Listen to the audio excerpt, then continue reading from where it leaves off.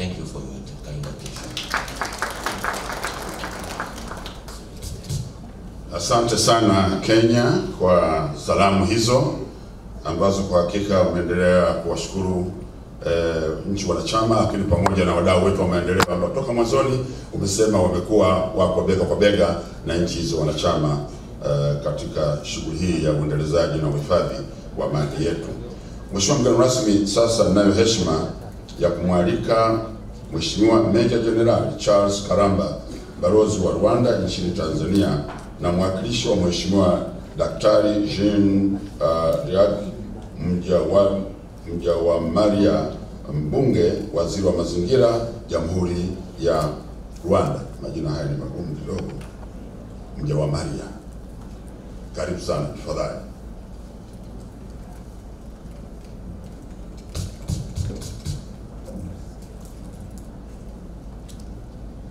Poleni sana kwa hayo majina magumu sana.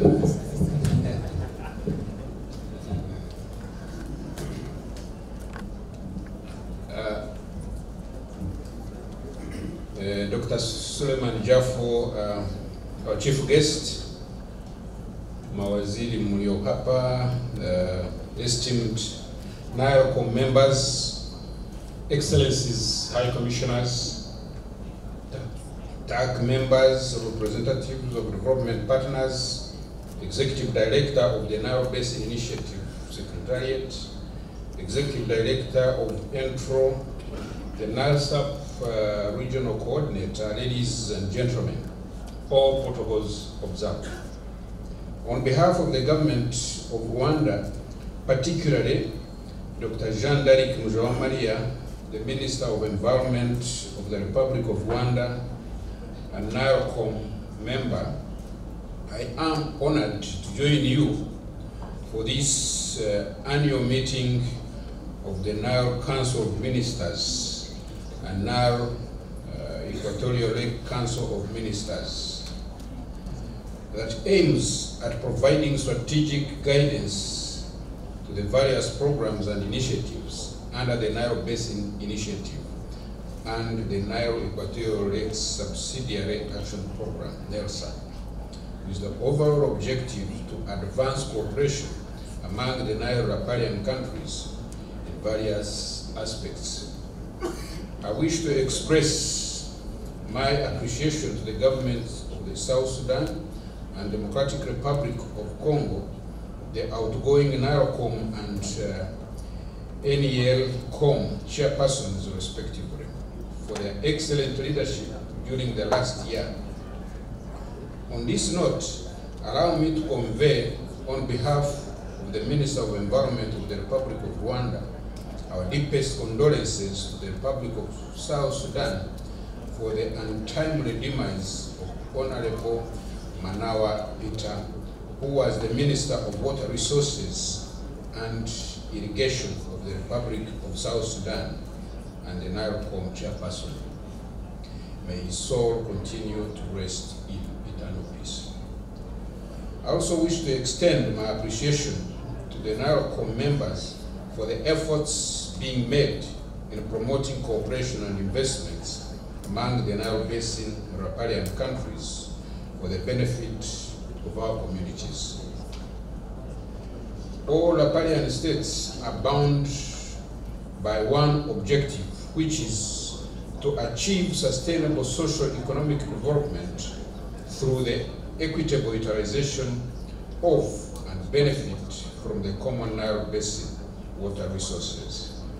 This common objective provides a platform for creating synergies and win-win cooperative frameworks that will foster the development and management of water resources of the Nile Basin. Having a platform like the Nile Basin Initiative helps us advance Nile cooperation, and a program like the NELSA, with a mandate of providing joint water-related investment projects in a coordinated and sustainable manner, is of high importance. We all recognize the importance of the Nile for the socio-economic development and well-being of all the population in the basin. We also recognize that the Nile is a shared resource, and this calls for a sustainable and cooperative management of the resource. The government of Rwanda commends the achievements made under the NBI and NELSA over the last years in different areas. As the host country of NELSA Coordination Unit, Rwanda will continue providing the necessary support for a smooth running of the program. Strengthening our cooperation, both at the technical and political levels, through joint investment projects in all sectors identified by all member states, will also help to build our mutual understanding and trust while contributing to socio-economic development in our respective countries.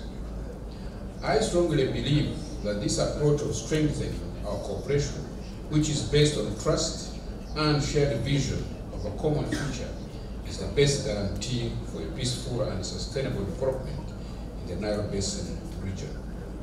Let me extend our gratitude to our development partners and our stakeholders for their valuable contribution to the sustainable development of our region. I also wish to commend the TAC members for the good work they have accomplished during the past days, which form the basis for the COM meeting considerations. In conclusion, I wish to convey my gratitude to the government of the United Republic of Tanzania for hosting this important meeting, and to the people of the United Republic of Tanzania for the home hospitality our delegation has enjoyed since their arrival in this beautiful city of Salaam, where I personally live. The government of Rwanda remains committed to the Nile cooperation, as we believe that this is the only way we can achieve an equitable and sustainable utilization of the shared water resources. And on this note, I wish to commend the commitment and cooperation of the Nile Basin Initiative member countries, joining hands towards our shared vision. And I thank you so much.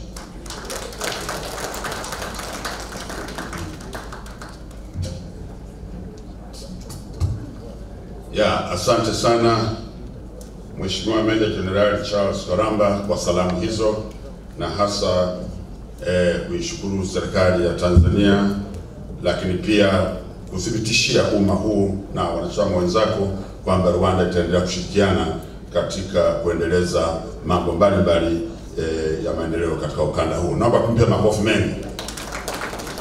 Mheshimiwa rasmi, haya majina magumu ya kama hii ya kutoka Rwanda imenikumbusha majina magumu sio tu hapa, hata kule Uingereza ikitokea pale uwanja wa Heathrow. Wakatangaza, passenger Mark home, this is the first announcement. Can you board the plane please? Kimya. The second announcement, passenger Mark home. Ya tatu wakamuona mtu mmoja yuko mle ndani tena anazunguka. Akamwambia, are you traveling? Yes, I'm going to Tanzania. Can we see your passport? Your ticket. Kuja kuangalia hivi. Kumbe ile passport imeandikwa Mchome. Alishindwa kutamka Mchome, akasema Mark home. Kwa hiyo haya ndio mambo yanatokea. Hata kule Japan alikwenda katibu mkuu, ofisi ya waziri mkuu alikuwa anaitwa Mrisho. Sasa kutamka kule wakashinda, kusema Mr. Aisho, kwa hiyo inatokea hii. Samehe sana watu wa Rwanda. Asanteni sana. Sasa nafikiri jina linalofuata nitatamka vizuri. Nitajitahidi. Mheshimiwa mgeni rasmi wa ruhusa yako, sasa naomba nimkaribishe Mheshimiwa Den Obed Majak, balozi wa Sudan Kusini nchini Tanzania na mwakilishi wa Mheshimiwa Joseph Lago, mbunge, kaimu waziri wa rasilimali za maji na umwagiliaji Jamhuri ya Sudan Kusini na mwenyekiti wa baraza la mawaziri wa Bonde la Mto Nile. Tumpigie makofi mengi sana. Karibu sana sana.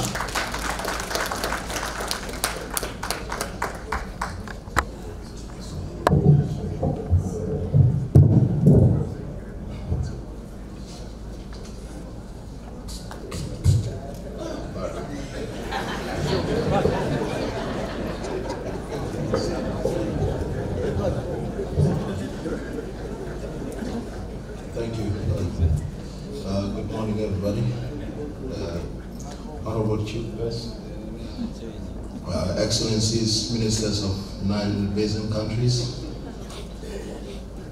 the members of the Maji Corps, development partners, Nile Tech Chair, Nile Tech members, Nile Basin Secretariat, Executive Director, Nile Sub-CU Regional Coordinator, distinguished guests, ladies and gentlemen.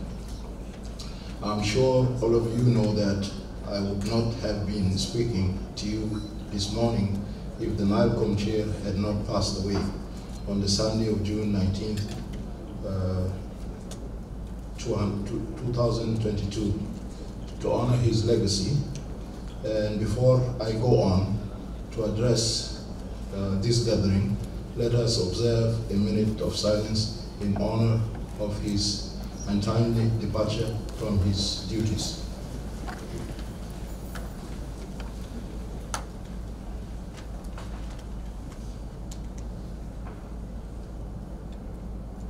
Thank you. May God rest his soul in peace. As a member of the economic cluster, Honorable Manawa Peter Gakwat has always been a charismatic young and energetic politician. He was the right arm of the government of the Republic of South Sudan. He had dedicated his entire life to politics, the liberation struggle. He was a man who transcends all tribal boundaries. He easily makes friends, maintains them. He was loved by all his peers in the Council of Ministers. That is why he was succeeded to push a number of projects that were not budgeted for through the regular financial allocations. During our regular encounters in the Council of Ministers or in the economic cluster, Honorable Manawa Peter Gakwat had placed himself to be an intermediary between the downstream and upstream riparian countries.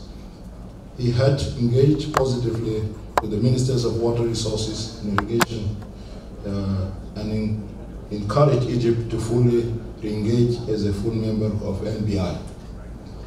Before his demise, he was in the verge of encouraging member countries that signed the Cooperative Framework Agreement to ratify it so that NBI become a commission.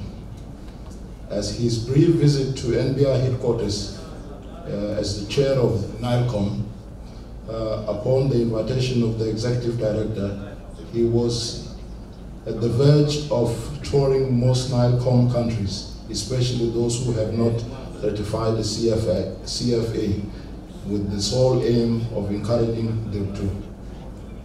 His ultimate aim was to call for heads of state summit in South Sudan if and when more than 5 countries have ratified the agreement. He believes in the spirit of collaboration rather than the spirit of unilateralism among the Nile riparian countries. He was ready to make some unprecedented sacrifices in South Sudan in order to balance water resources management within the region, but his untimely death curtailed his huge ambitions. In South Sudan, he always tells us that the very reason why some member countries would plan to use the Nile waters is the very reason why we in South Sudan should also invest in our water resources in order to harness its full potential. As you all know, this is the second time South Sudan has held leadership of NILECOM. He had hoped to do much better than the previous chair.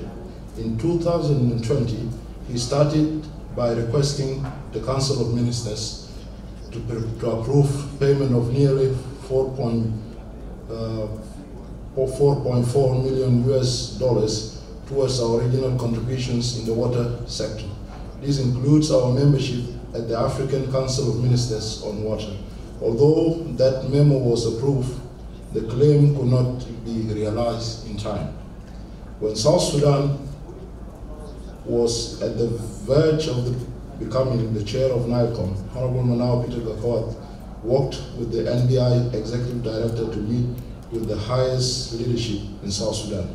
The Executive Director was reassured by about 3 Vice Presidents that the outstanding country contributions shall be paid before the end of 2021. As some of you might have followed the heated debate over water resources management in the country, 2 of the outstanding recommendations stated categorically that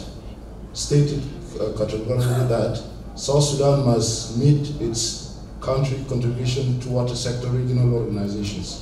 South Sudan must work with member countries to ensure the NBI becomes a river basin commission. After his tour of the NBI offices in Entebbe and of the land allocated by the government of Uganda to NBI, he promised to mobilize financial resources to help build the headquarters of the Nile Basin Initiative. As a young revolutionary and a freedom fighter, he believed in the Pan-African movement. Having looked what Honorable Manawa Peter Garquat would have outlined to you during his tenure, let me give you some key highlights of achievements in the financial year, followed by outline of some issues to be flagged up, and finally I will state my concluding remarks. Key highlights of the past 1 year. Below is a list some of the achievements made during his period as a NILECOM chair. Completion of the implementation of the first phase of the Basin-wide program 2017-2022 and preparation of the Basin-wide program phase 2 2022-2027, preparation of a master plan for the development of NBI land in Entebbe into the Nile Basin Center of Excellences. On behalf of the NILECOM members, I extend gratitude to the government of Uganda for supporting the development of the master plan. Considerable progress has been made in implementing program work of NILE-SEC, including completion of the preparation of the Basin Management Plan, preparation of the Basin Investment Program, implementation of the Regional Hydro-Met Project. Other areas of progress include commencement of the new World Bank funded project on Nile Cooperation for Climate Resilience, which includes water quality project, the information service project, and platform for cooperation, among others. Nile Day celebration on 22 February 2022 were hosted by the United Republic of Tanzania. The Nile Day celebration commemorate the establishment of NBI. Engagement of department partners through the strategic dialogue. The strategic dialogue held each year on 23rd February brings together representatives of NBI partner states and members of the development partners to discuss the Nile cooperation. This year's dialogue sought to strengthen the Nile cooperation through exploring options of institutional sustainability and promoting transboundary investment. The discussions reflected on the evolving context of emerging issues, challenges, opportunities to map prospects for institutional growth and sustainability. Key issues for follow-up. These are the key unresolved issues that should be closely followed by the incoming NILECOM chair. Institutional sustainability issues. A major challenge of NBI institutional sustainability is meeting institutional core costs as an obligation of member states. Most of the Nile Basin member states have not been up to date in payment of their country contributions. Outstanding arrears are US $17,515,000 and 273.94. During the financial year 2021-2022, NileSec received $1,607,286 from member states. This has kept the management of NBI in a delicate balance to utilize the meager resources among various demands in the approved work plan and budget 2021-2022. There is need for member states to pay their country contributions to ensure that the institution continues to operate smoothly. And South Sudan is not an exception in this bracket. Nile Basin member states adopted a dual track to cooperation which involves executing two parallel and reinforcing tracks of cooperation. A, the political track involves formulation of the legal framework for cooperation. B, while the technical track involves formulation and implementation of programs that addresses the basin challenges. The two tracks have made tremendous progress in their domains, but this could have been better if the legal and institutional framework were in place and a permanent institution established in a reasonable time. Development of Nile River Basin Cooperation Framework Agreement, CFA, has taken longer than we anticipated.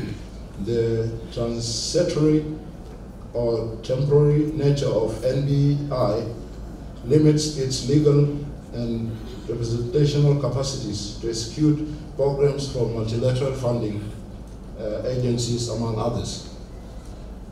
C, Heads of States. The first summit of Heads of State and Government of Nile Basin riparian countries was held in June 2017 in Uganda. During that meeting, the heads of the state and government expressed commitment to cooperative and joint development of the basin and to participate through the framework of NBI. The concept note and background prepares for the second Heads of State Summit were prepared and handed over to the NILECOM during the Juba meeting in 2021. NILECOM has previously resolved that the country chairing NILECOM will be the host of the Heads of the State Summit. It was decided that an extraordinary NILECOM meeting be held to pave the way for the second Heads of State Summit. But due to unforeseen circumstances, this meeting was not held. It is my appeal that in the year 2022-2023, before the second Heads of State Summit, the postponed extraordinary meeting of the NILECOM be held for that particular purpose. In conclusion, I wish to thank the countries for trusting South Sudan to lead as the NILECOM chair during the financial year 2021-2022. I wish to commend the management and the staff of the Nile Basin Initiative, NBI, for their hard work in delivering good performance in the just concluded period. I also thank the Nile TAC members and all national teams of experts that steer and guide the work of the Secretariat for the good work. My utmost appreciation also goes to our development partners for continuously supporting NBI even in the face of diminished country contributions. We promise to work together as the member countries in order to live up to our commitments. My sincere word of appreciation goes to Executive Director of NBI Secretariat, Engineer Anthony Matema. He's an honest, hardworking, and humble engineer that should be supported by all members, all member countries, for him to deliver more than he has already. My final word of appreciation goes to the host government of the United Republic of Tanzania for showing high quality of good governance leadership even after the untimely death of His Excellency Joseph Pombe Magufuli, the President of the United Republic, the late President of the United Republic of Tanzania. Let us continuously remain committed to the cause of NBI. It was a pleasure for South Sudan to hit NILECOM for the last several months, and I wish the incoming chair of NILECOM a success. Thank you very much.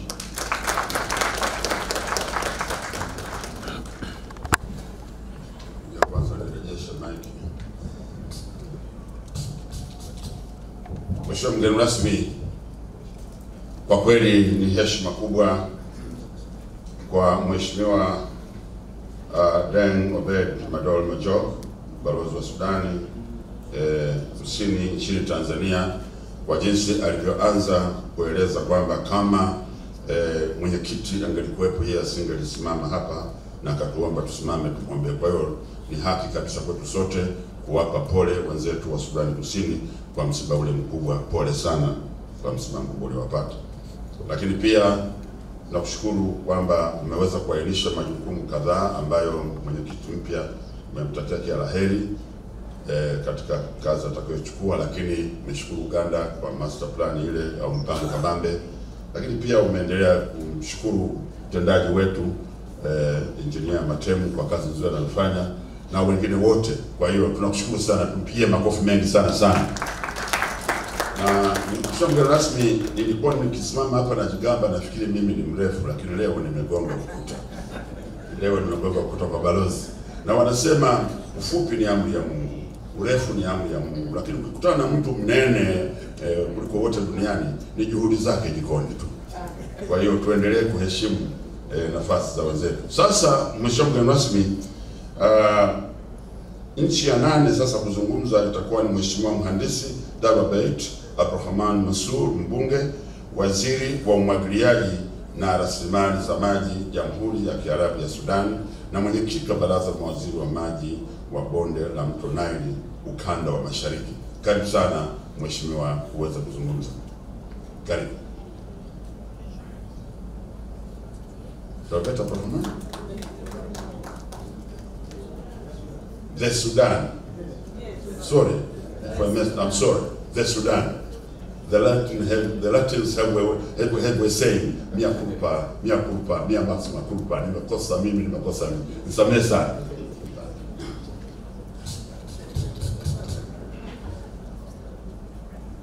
Bismillah wa salatu wa salam ala Rasulillah.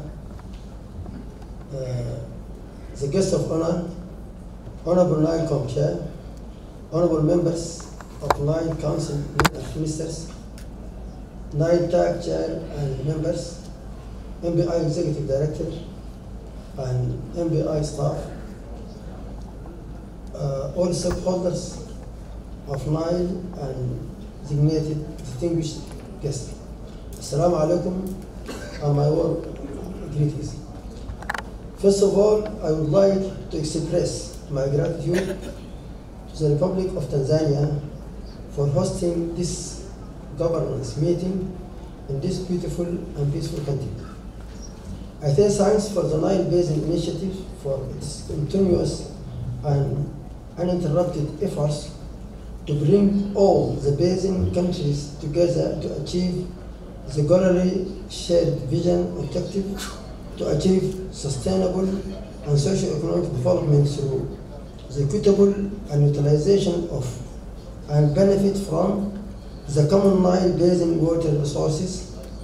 Sudan appreciates this effort and supports the Nile Basin Initiative's MBI as it is the soul of all inclusive transboundary water resources institutions in the basin.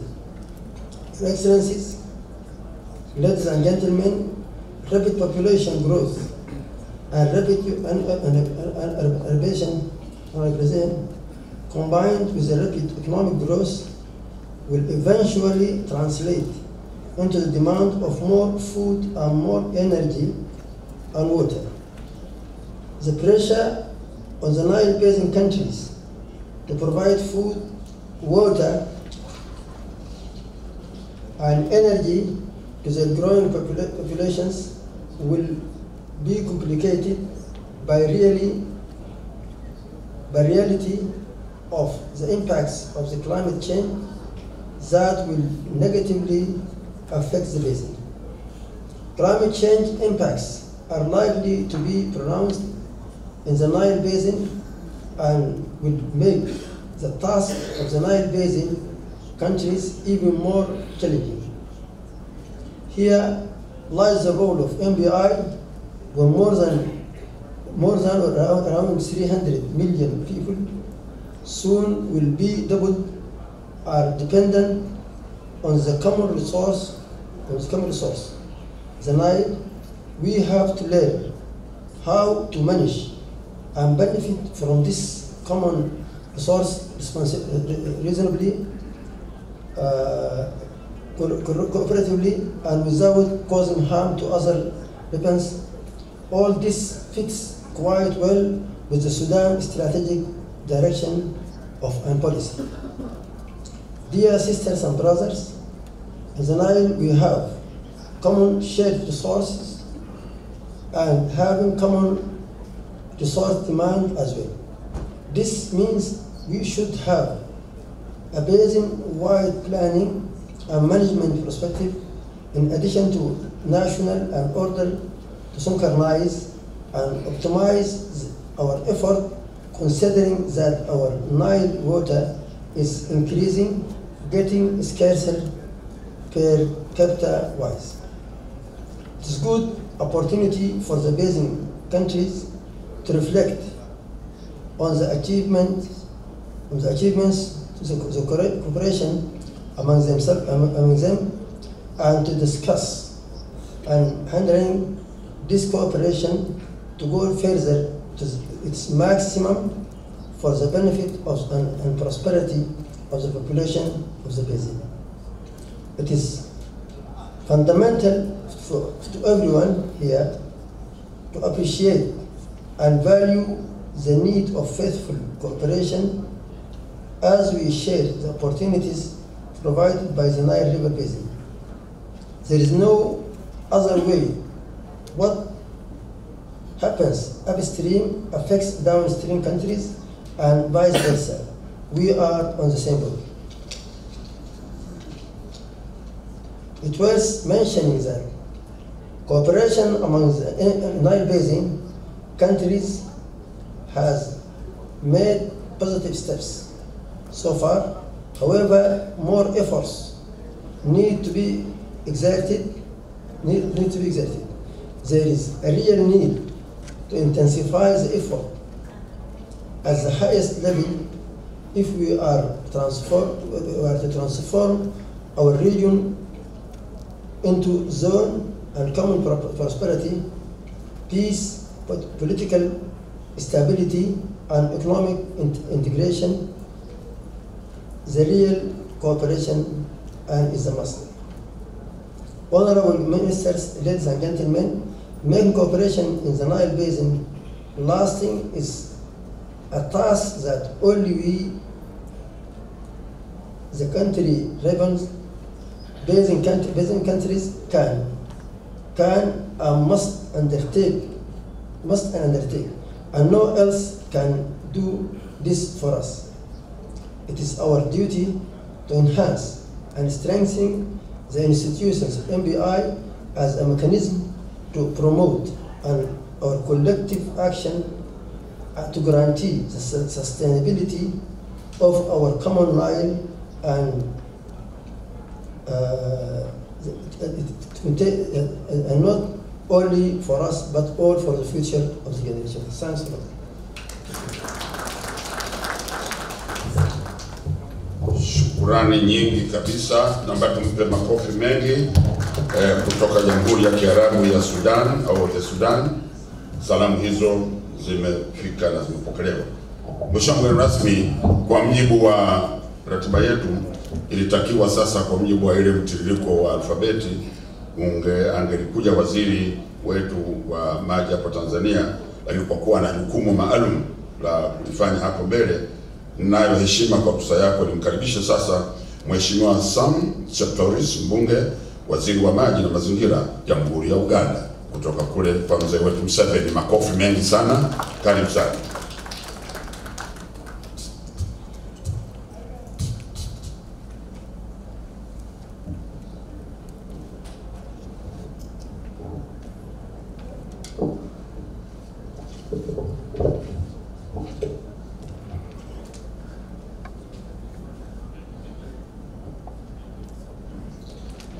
Guest of Honor, Dr. Salaam Jafo,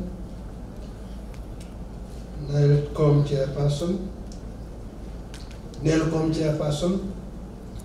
colleagues, council ministers present, technical committee members, executive director NBI, representatives of development partners, members of the diplomatic corps, staff of the Nile Basin Initiative, distinguished ladies and gentlemen, I'm highly privileged to participate in this 30th NILCOM and the 25th NILCOM meetings being held here in this very beautiful city of Dar es Salaam.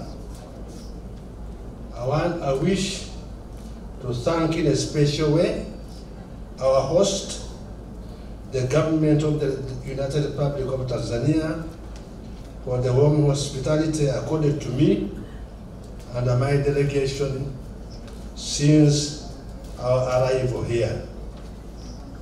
I join all of you distinguished members in acknowledging the services of the former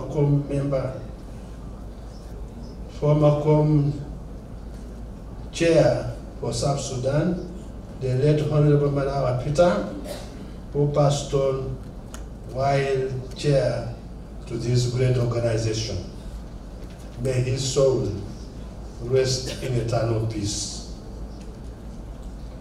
Excellencies and colleagues, I wish to convey my country's appreciation for the commitment and the guidance by the governments of South Sudan and the Democratic Republic of Congo during their last 1 year of leadership of NILCOM and NELCOM respectively.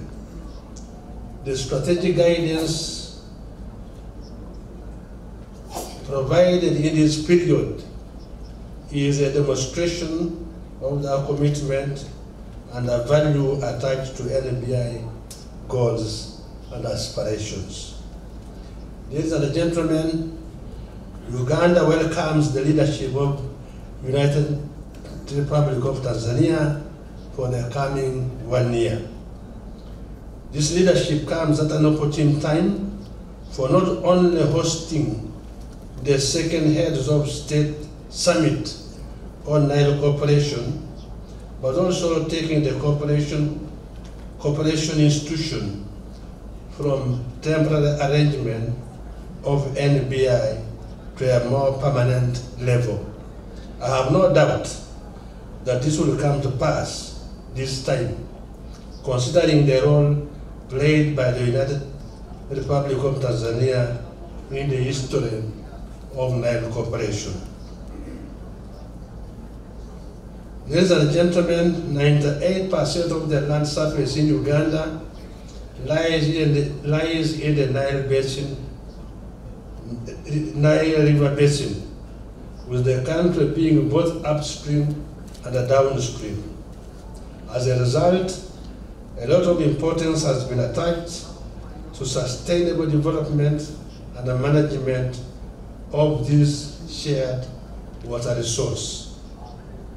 On this basis, the government of Uganda fully cooperated with other Nile Basin states under the Nile Basin Cooperation Arrangement and ratified the jointly developed cooperative framework, the CFA, and recently handed over title for prime land worth $25 million for the development of the Nile Basin Corporation headquarters.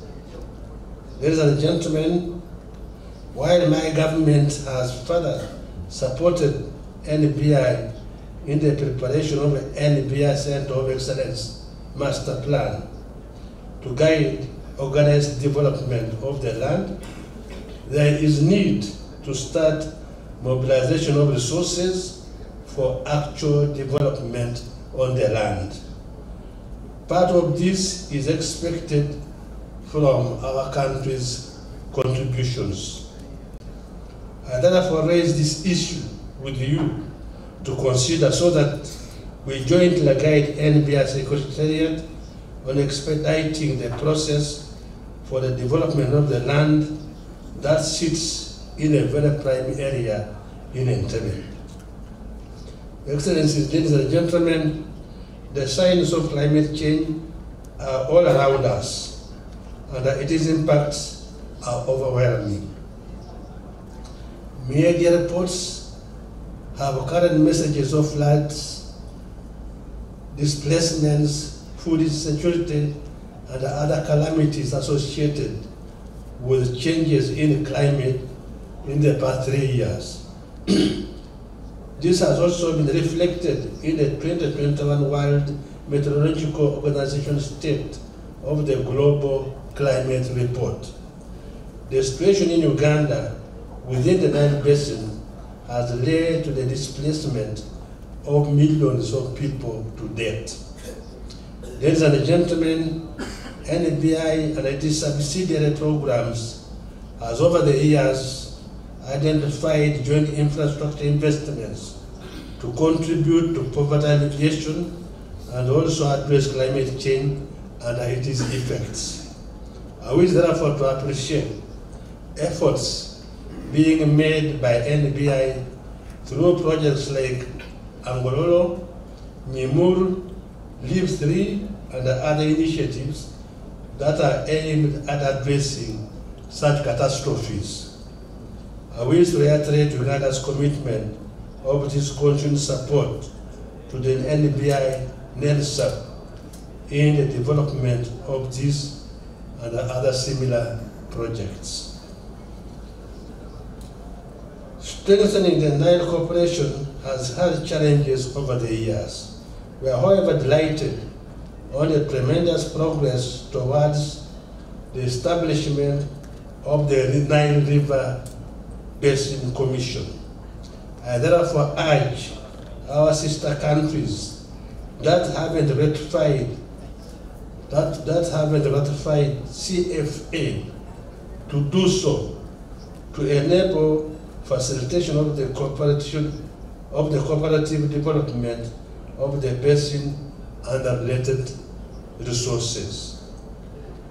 Let me take this opportunity to particularly thank NBI management and the staff for their tireless efforts invested in realizing the various achievements so far attained. I would like to thank our development partners who have continuously supported us in sustaining our cooperation and investments on the ground, and urge them to continue supporting us for this good cause. I wish everybody fruitful deliberations for God and my country. I thank you.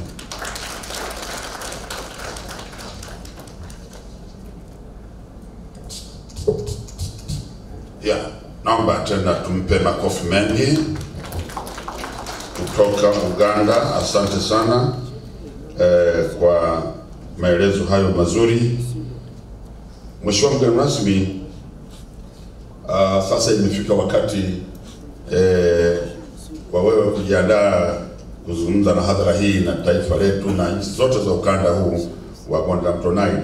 Lakini kabla hapo, kwa ruhusa yako, naomba nitambue uwepo wa wajumbe wa kamati ya wataalam, Nile Technical Advisory Committee members.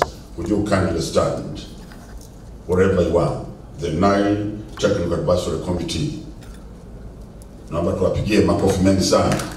Thank you very much. You are doing an excellent job towards NBI. Thank you.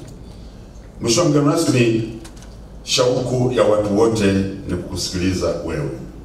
Lakini mimi sina uwezo kukaribisha wewe. Mwenye haki hiyo si mwingine ni Mheshimiwa Jumaa Hamidu Aweso, mbunge, waziri wa maji, Jamhuri ya Muungano wa Tanzania na mwenyeji wa mikutano hii. Karibu sana Mheshimiwa Aweso uweze kuzungumza na umkaribishe mgeni rasmi. Tumpigie makofi mengi sana sana.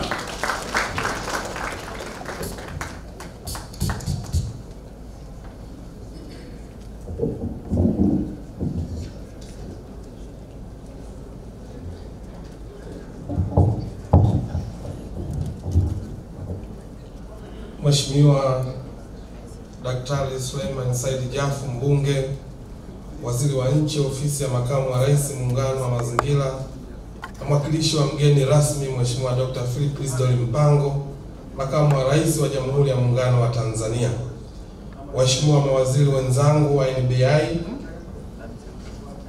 waheshimiwa naibu waziri wa mambo ya nje na mheshimiwa naibu waziri wa nishati ndugu yangu ya Bato, mkurugenzi mtendaji wa NBI na wageni waalikwa wote pamoja na development partner, watumishi wa Wizara ya Maji ya Serikali ya Jamhuri ya Muungano wa Tanzania na Bonde la Mto Nile, viongozi wa dini, wageni waalikwa, waandishi wa habari, habari za asubuhi. Mheshimiwa mgeni rasmi, kwanza nitumie nafasi hii kumshukuru sana Mwenyezi Mungu, lakini kwa namna ya kipekee nimshukuru sana rais wetu Mama Samia Suluhu Hassan.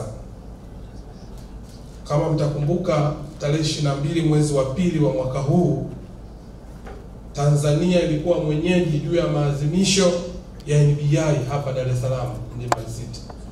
Baada ya kuwasiliana na Mheshimiwa Rais juu ya maadhimisho haya, Mheshimiwa Rais aliniambia maneno machache. Moja, amekubali shughuli hiyo ifanyike, lakini atatusupport na atamtuma makamu wa rais. Alifanya hivyo. Huu ni upendo mkubwa sana kwa NBI, tumpigie makofi mengi sana. Lakini leo tarehe 19 ya mwezi wa 8, ni muda mfupi sana tangu maadhimisho ya NBI, tumepata tena taarifa ya kuandaa mkutano wa mawaziri wa NBI yaje kufanyika hapa Dar es Salaam. Vivyo hivyo nikafanya taarifa na Mheshimiwa Rais. Mheshimiwa Rais akaniambia fanyeni mkutano na nitawasupport. Ametusupport kwa mara nyingine. Nini maana yake? Haya ni mapenzi makubwa ya rais wetu kwa NBI. Tumpigie makofi mengi sana Mheshimiwa Rais. Lakini kwa namna ya kipekee nitumie nafasi hii kukushukuru sana kaka yangu na Mheshimiwa mbunge na waziri ofisi ya rais, makamu wa rais mazingira, kaka yangu Suleiman Jafo, kuhudhuria katika mkutano huu. Tunakushukuru sana na Mwenyezi Mungu akubariki sana. Lakini tufikishie salamu kwa Mheshimiwa makamu wa rais kwa kukubali kuungana nasi, lakini kutokana na majukumu hapa kutuma wewe. Tunamshukuru sana na tunashukuru jitihada na ushirikiano mkubwa ambao anaotupatia sisi. Lakini kwa namna ya kipekee ni washukuru sana waziri wenzangu. Si jambo la kawaida kuona maadhimisho yamefanyika hapa na tena mapendekezo ya kufanya kikao hichi katika eneo letu hili ya nchi yetu ya Tanzania. Haya sio mapenzi, haya ni mahaba makubwa. Asante sana. Nikiwa waziri wa maji kwa nchi yetu hii ya Tanzania, ni waahidi sisi viongozi na nchi yetu ya Tanzania hatutokuwa kikwazo kwa NBI kuendelea na kuleta maendeleo makubwa sana katika nchi zetu hizo za wanachama. Lakini kwa namna ya kipekee, kwa kutambua kuwa hivi karibuni tulimpoteza ndugu na rafiki yetu hayati Manawa Peter Gatu, aliyekuwa mwenyekiti wa baraza la mawaziri wa maji ya Bonde la Mto Nile na waziri wa rasilimali za maji na umwagiliaji wa Jamhuri ya Sudan Kusini.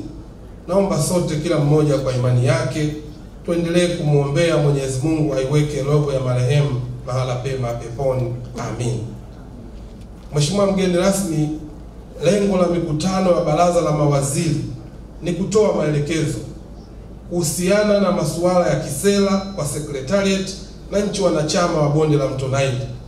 Baraza la mawaziri wa Bonde la Mto Nile, pamoja na kuwa na jukumu la kutoa miongozo ya kisera, bado tuna jukumu la kuendelea kujenga uelewa kuhusu faida na mtangamano wa kikanda kupitia ushirikiano wa Bonde la Mto Nile katika masuala ya maji, nishati, mazingira na usalama wa chakula.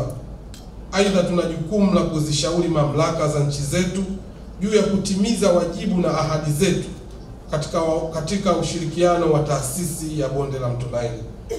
Ndugu mgeni rasmi, sote ni mashahidi kuwa kutokana na hali ya siasa na uchumi wa dunia hivi sasa, ushirikiano wetu ni nguzo madhubuti katika kuendelea kuhamasisha hali ya kushirikiana kati yetu kwa lengo la kuleta maendeleo ya watu wetu kupitia sekta hii ya maji tuliyobarikiwa na Mwenyezi Mungu ambayo ni kichocheo cha kufanya vizuri kwa sekta nyingine za uzalishaji ikiwemo kilimo na uvuvi, nishati ambazo kwa kiasi kikubwa zinategemewa na wananchi wengi katika bonde la Mto Nile. Ndugu viongozi, natambua mchango mkubwa wa wadau na washirika wetu wa maendeleo katika kushirikiana nasi kwenye kutekeleza programu na miradi tuliyokubaliana kuitekeleza kwa lengo la kuongeza mnyororo wa thamani kati ya maji, chakula na nishati. Hivyo ni muhimu kwa nchi wanachama kutambua na kuweka mikakati ya kuendeleza maeneo yenye fursa za uwekezaji katika ukanda yetu kupitia ushirikiano wa bonde la Mto Nile. Maeneo hayo ni pamoja na sekta ya utalii, viwanda, madini, uvuvi na kilimo. Ndugu viongozi wenzangu, kwa muktadha huo, nina furaha kuwa Baraza la Mawaziri kupitia kikao hiki linatarajiwa kupitisha mpango wa usimamizi wa bonde la Mto Nile unaolenga kutoa mwongozo katika upangaji na utekelezaji wa shughuli za usimamizi na uendelezaji wa rasilimali za maji katika bonde la Mto Nile kwa ngazi ya kitaifa na kikanda. Utekelezaji wa mpango huo unatarajiwa kuwa utasisimua uwekezaji na kuongeza nguvu mpya katika jitihada za kukuza mtangamano wa bonde la Mto Nile na maendeleo ya watu wake. Umoja ni nguvu na utengano ni udhaifu.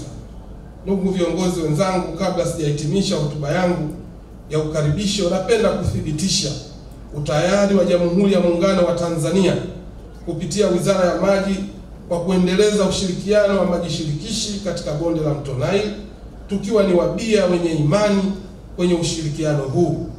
Kwa niaba ya serikali ya Jamhuri ya Muungano wa Tanzania, napenda kuzishukuru nchi wanachama wa bonde la Mto Nile kwa kuendeleza ushirikiano, na pia niwashukuru wabia wa maendeleo kwa kuendelea kutuunga mkono kwa hali na mali, na natoa shukrani kwa Secretariat ya taasisi ya bonde la Mto Nile kwa kazi kubwa inayofanywa katika kuratibu na kutuunganisha.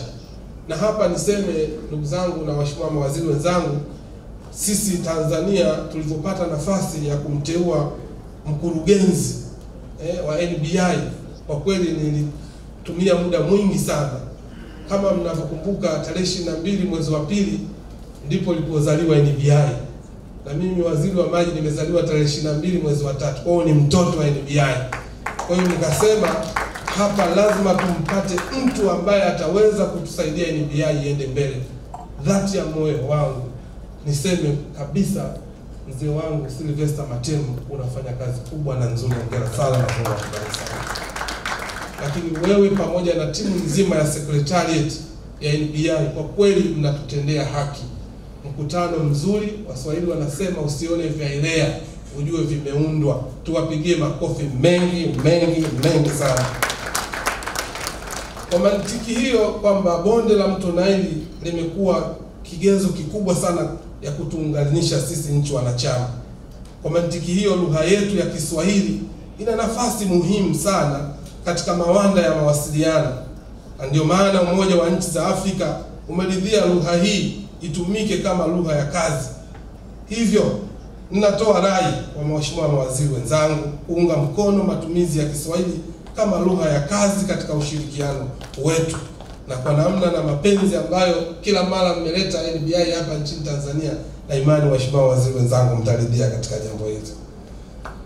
Ndugu viongozi, mwisho, kwa heshima na taadhima, kwa niaba ya serikali ya Jamhuri ya Muungano wa Tanzania, naomba tena niwakaribishe Tanzania na hususan jiji la Dar es Salaam kwa ajili ya mikutano yetu muhimu kwa mustakabali wa nchi na wanachama wa bonde la Mto Nile. Mwisho kabisa, nitumie nafasi hii kuwashukuru sana Katibu Mkuu wa Wizara yetu ya Maji na watumishi wote wa Wizara ya Maji kwa ushirikiano mkubwa, hasa katika kufanikisha hili jambo letu la NBI.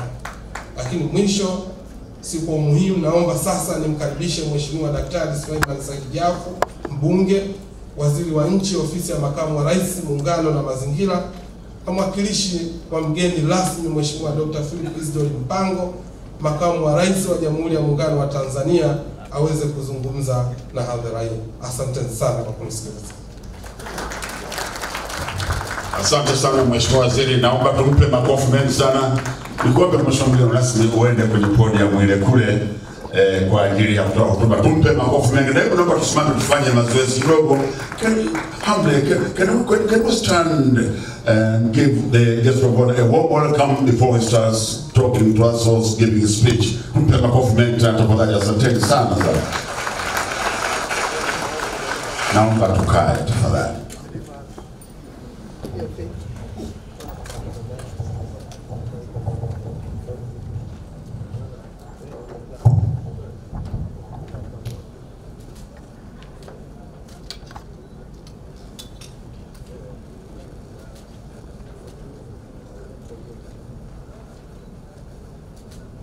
Mheshimiwa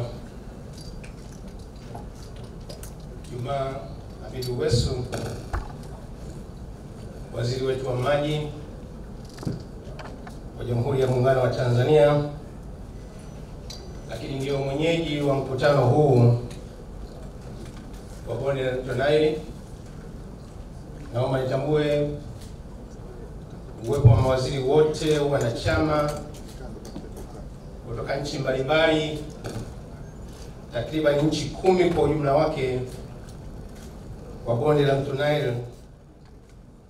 Naomba nitambue uwepo kwa mama yetu Daktari Christine Shangoma, ambaye ni mwenyekiti wa kamati ya bunge inayohusika katika swala zima la usimamizi wa wizara hii ya maji, mifugo na kilimo. Tunakushukuru sana mama Christine Shangoma daktari. Naomba nitambue uwepo wa mabalozi wote kutoka nchi mbalimbali ambao tumepata fursa kuwa pamoja katika mkutano wetu huu wa leo. Tambue uwepo wa katibu mkuu Engineer Sanga, katibu mkuu wa wizara ya maji. Nikupongeza rafiki yangu kwa kazi kubwa unayofanya. Tunaiona Tanzania inameremeta sasa ukiwa na waziri wako ndugu yangu Comrade Juma Wesu. Lakini naomba nitambue uwepo wa mtendaji wetu mkuu wa Bonde La Mto Nile, Engineer Matemo. Hongera sana kwa kazi kubwa. Nimeona watu wengi waki appreciate kazi yako unayofanya katika taasisi hii muhimu sana. Naomba itifaki nisisahau sana kumtambua balozi na naibu waziri wa mambo ya nje na ushirikiano wa Afrika Mashariki, kakangu Mbaruk yuko hapa, pamoja na naibu waziri machachari sana ambaye jimbo lake liko karibu na jimbo la ndugu yangu pale kutoka Uganda, ndugu yangu Miabato, mwanasheria na wakili msomi. Naomba nitambue uwepo wa watendaji wote wa wizara ya maji, lakini taasisi ya Bonde La Mto Nile. Nitambue uwepo wa wanahabari, wasanii, lakini bila kusahau blast band yetu ya jeshi. Tunawashukuru sana kwa kututumbuiza nyimbo nzuri za kijeshi, za kihamasa, za kizalendo, na ule wimbo wa taifa na wimbo wa East Africa. Binafsi huwa tunajivunia sana katika matukio haya. Ukisikia blast band inapigwa unapata munkari kidogo na morali ya kujua kwamba huko katika nchi salama, nchi ile tulivu. Tunawashukuru sana. Naomba kutambua uwepo wa MC. Mara nyingi unajua ma MC huwa watambuliwi. Kwa MC wetu Mawunde, meya mstaafu wa jiji la Dodoma, ambaye ni MC mahiri sana. Mabibi na mabwana, lakini viongozi wetu wa dini ambao walituongozea swala na dua humu ndani, kwa kweli ni jambo muhimu. Naomba tutambue uwepo wao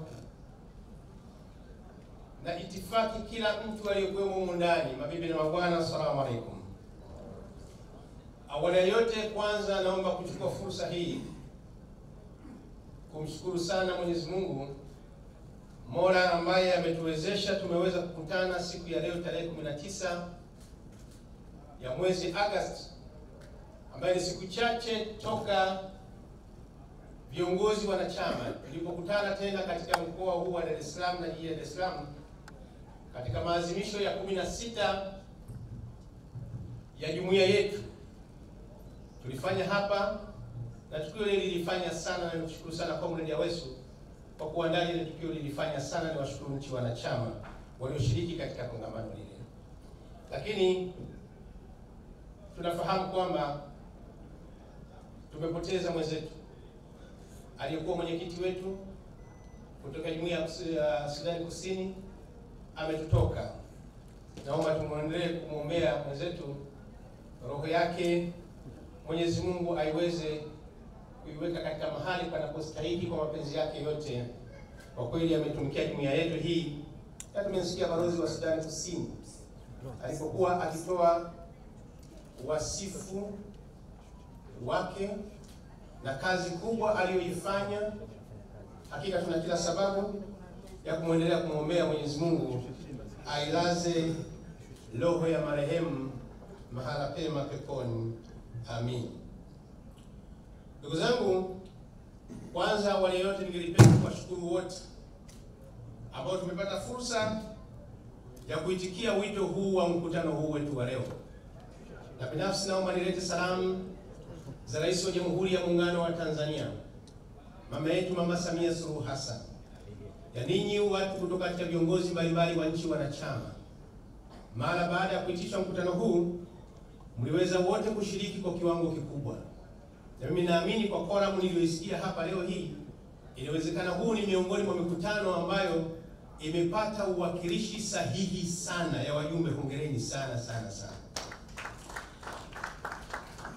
Na Mheshimiwa Samia Suluhu Hassan, Rais wa Jamhuri ya Muungano wa Tanzania, anawakaribisha sana Tanzania.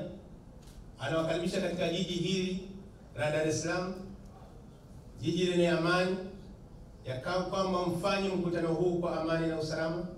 Lakini mwisho wa siku ni kwamba mkumbuke kwamba Tanzania ni maeneo salama zaidi kwa kutembelea na kufanya mikutano mbalimbali. Karibuni sana. Kwa niaba ya Makamu wa Rais wa Jamhuri ya Muungano wa Tanzania, Dr. Philipo Isdori Mpango, ambaye alipaswa kuwa nanyi katika siku hii ya leo, lakini amedharurika, amenituma na mimi niweze kufungua mkutano huu. Binafsi nimefarijika sana. Ndugu Jumaa Awesu, nikushukuru sana kwanza ya kuamua ya kwamba kumkaribisha Makamu wa Rais. Lakini kushukuru kwamba leo nimepata fursa, Makamu wa Rais amenituma kuja kuofficiate hili tukio moja muhimu sana. Tukushukuru sana ndugu yangu Jumaa Awesu. Ndugu zangu, nafahamu kwamba leo tumekutana kwa ajili ya jambo la kimkakati kubwa zaidi, hasa upande wa mawaziri. Binafsi mawaziri wa Bonde la Mto Nile na zile blocks zetu zote, jukumu kubwa ya kwamba tumekuja hapa kwa lengo kubwa sana kupitia masuala mbalimbali ya kisera. Lengo kubwa ni kwamba secretariat zetu ziweze kufanya mambo hayo kwa maelekezo ya mawaziri wa nchi wanachama.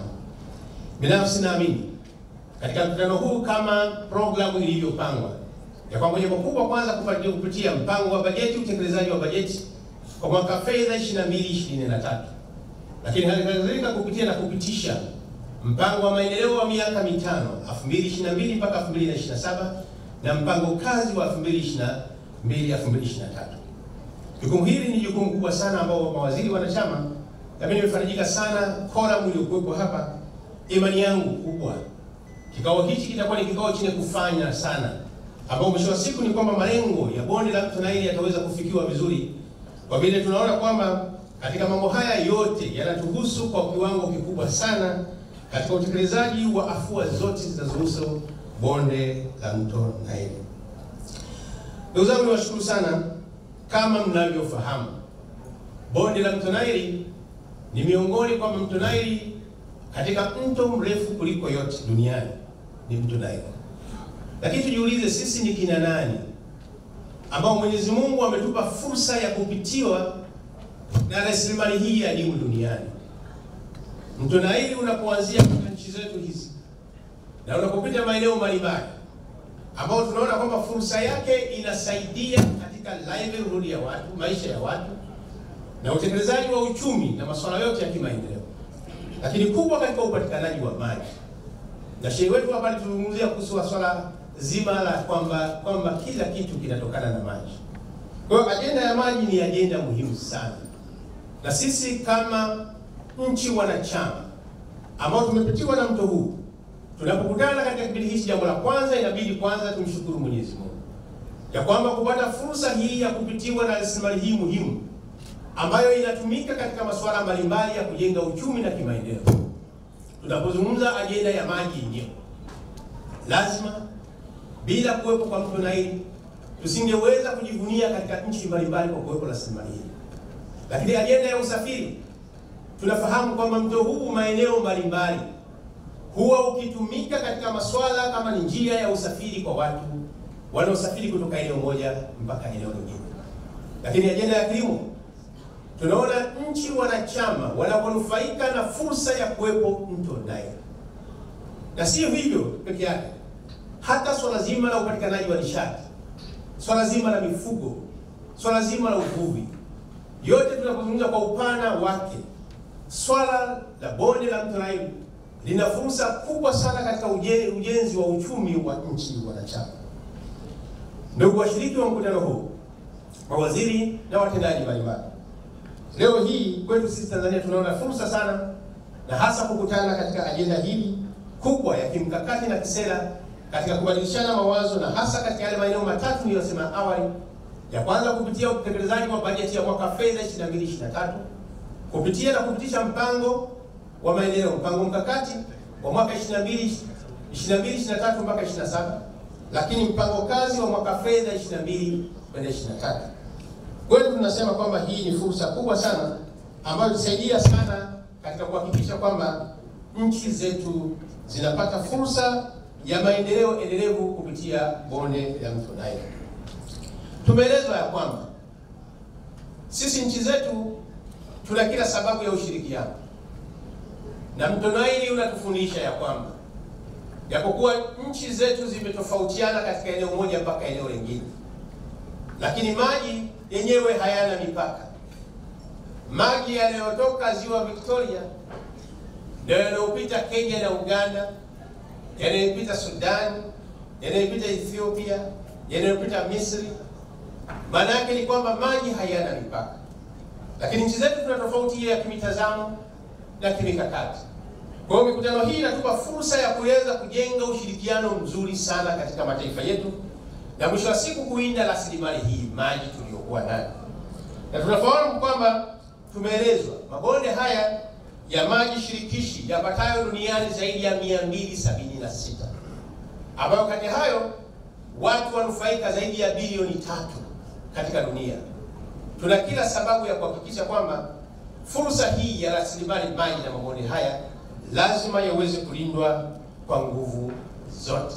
Na tumeambiwa kwamba zaidi ya 40% kwa takwimu za Umoja wa Mataifa ya wananchi wanapata fursa ya kunufaika na rasilimali maji, ambayo zaidi ya nchi 145 duniani ambazo zina zile maji mengine ambayo yanapita chini ya miamba zaidi ya 600. Hii ni fursa kubwa sana. Tuna kila sababu ya kwamba ushirikiano wetu duniani kwa ujumla wetu, na sasa sisi kama washiriki wa nchi hizi wanachama za bonde la Mto Nile, tuna kila sababu tutengeneze mikakati endelevu ya kulinda rasilimali hili ya bonde ya Mto Nile.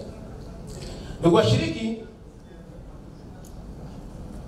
tumesikiza hapa taarifa mbalimbali kutoka katika nchi mbalimbali, na mimi nimefarijika sana kupata taarifa hizi za kila waziri au kila mwakilishi wa nchi akizungumzia swala zima la ulinzi wa rasilimali zilizokuwa katika bonde ya Mto Nile. Tunaona tuna kila sababu kwanza jinsi gani bonde la Mto Nile litaendelea kulindwa na kuendelea kuwa endelevu, na hatuna mbadala endapo chanzo hichi muhimu na adimu ambao Mungu ametupatia pale kinapoathirika, hatuna badala yake katika nchi hizi wanachama. Jambo la kwanza, tuna kila sababu kukilinda na kukiendeleza. Mikutano hii ndio inajadili kwa kina sasa jinsi gani tutaweza kulinda bonde hili la Mto Nile. Lakini hata hivyo, tumesikiliza swala zima la changamoto inachokabili bonde hili la Mto Nile, ikiwemo mabadiliko ya tabia nchi. Ndugu zangu, fahamuni sasa hivi dunia imekumbwa na changamoto kubwa ya mabadiliko ya tabia nchi. Waziri senior kutoka Uganda alikuwa akizungumza swala zima la mafuriko yaliyotokea kule Uganda. Lakini dunia hii leo hii, kutokana na mabadiliko ya tabia nchi, dunia yote imekumbana na changamoto mbalimbali sana.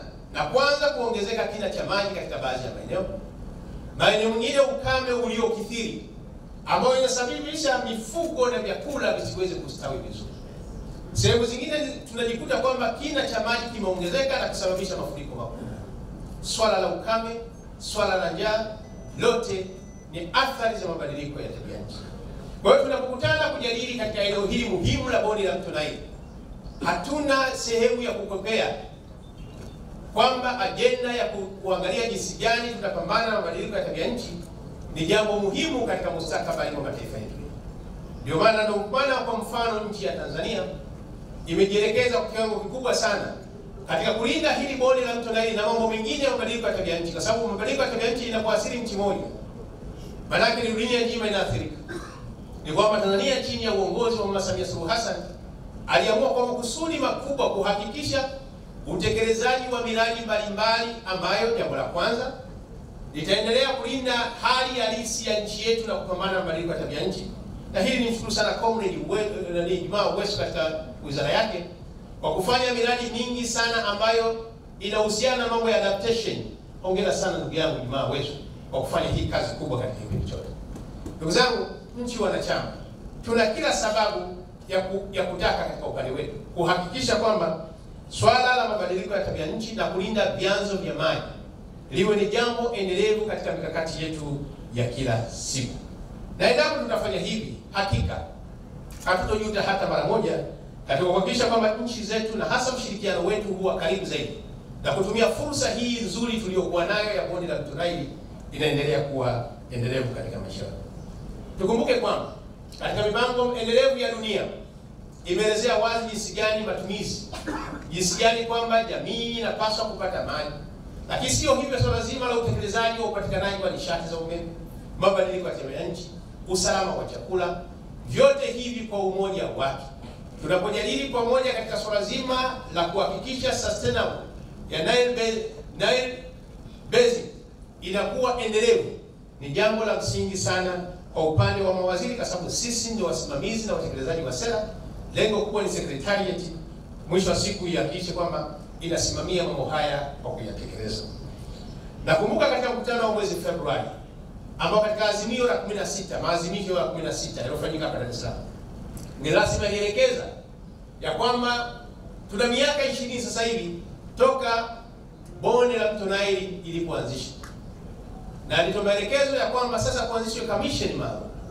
Na baadhi ya taarifa ya hapa hata ilipotoka taarifa ya mwenyekiti aliyepita, ajenda kubwa ni jinsi gani tunapanga mikakati kupata commission hii. Ndugu zangu, naomba niwaambie, usimamizi uendelevu wa bonde la Mto Nile lazima tunapaswa tuwe na commission. Katika hili niwaombe jambo hili lisingoje kesho.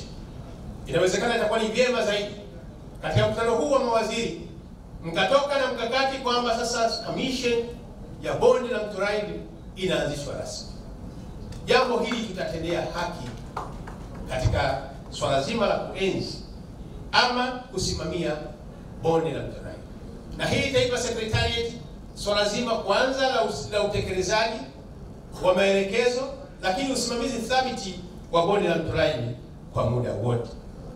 Lakini fahamu kwamba secretariat ya bonde la Mto Nile haiwezi kufanya kazi hewani, ni lazima iweze kuwezeshwa. Niwaombe nchi wanachama katika kuhakikisha kwamba tunatekeleza utaratibu wa kutoa michango yetu ya kila mwaka.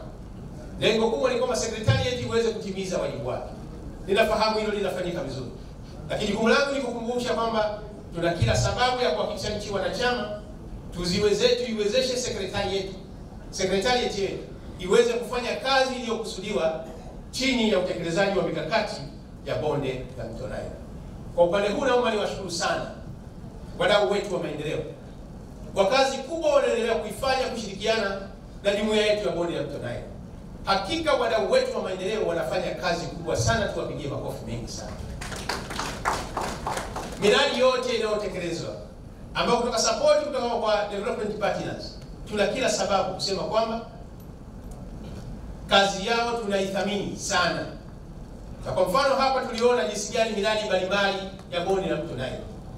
Leo hii tunashuhudia mradi wa megawati 80 uliopo pale Rusumo. Ni kazi kubwa, unaona yote ni initiative ya bonde la Mto Nile. Hongereni sana sana wadau wote wa maendeleo kwa kushirikiana na nchi zetu.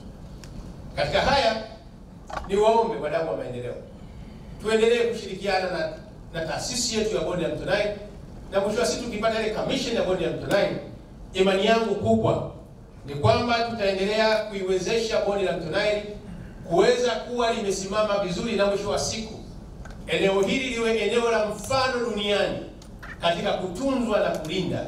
Na hili na imani yangu kubwa sana, hata watu wengine duniani wanaweza wakaiga mfano huu mkubwa tuliokuwa nao wa nchi wanachama wa bonde la Mto Nile.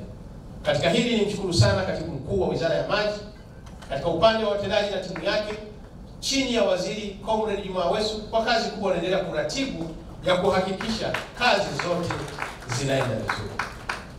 Ndugu zangu, nimesikia hapa katika miongoni mwa mambo ambayo nakushukuru sana Mheshimiwa Waziri ambayo ni mwenyeji wa tukio hili ya kusisitiza lugha ya Kiswahili.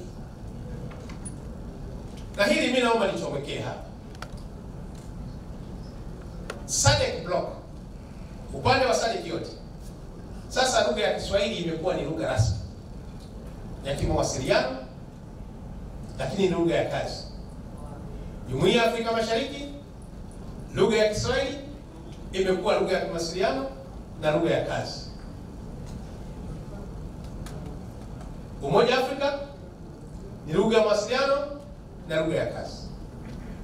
UNESCO tarehe 7 mwezi wa 7 mwaka 2022 imetangaza kuwa siku rasmi ya Kiswahili duniani. Ni waombe sana bonde ya Mto Nile, ingizeni Kiswahili miongoni mwa lugha rasmi ya kazi katika maeneo yetu. Ninaamini hili mtaenda kulifanya kwa sababu mkijua kwamba sasa Kiswahili ni lugha ya mawasiliano na ni lugha ya kujivunia hasa kwa upande wa bara la Afrika. Ndugu wanachama wa bonde la Mto Nile, binafsi naomba niwakaribishe sana Tanzania.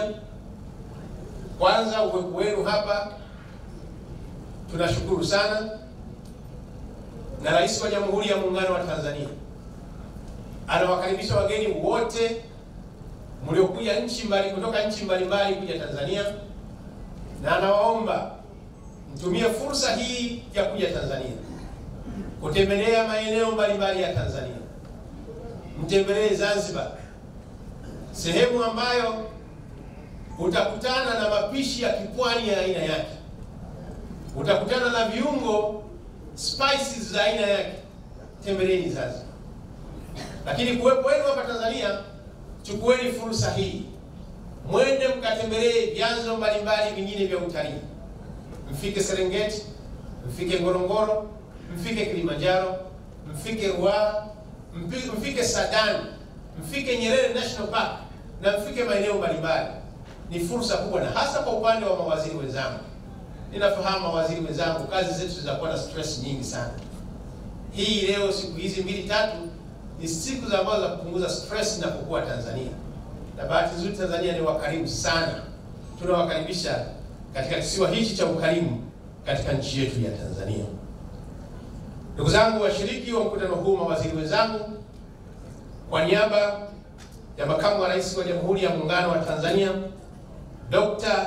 Philipo Isdori Mpango, sasa naomba kuwashukuru tena kwa usikivu wenu na nawatakia mkutano mwema ambao nadhani utazaa matunda sana kama yale maeneo tuliyoainisha ambayo dhamira ya mkutano huu. Naomba sasa nitamke rasmi kwamba mikutano hii ya pamoja ya mawaziri ya bonde la Mto Nile imefunguliwa rasmi, na watakia mkutano mwema na mafanikio mema. Mungu ibariki Afrika, Mungu ibariki Tanzania, Mungu ibariki bonde la Mto Nile. Asante sana kwa kunisikiliza.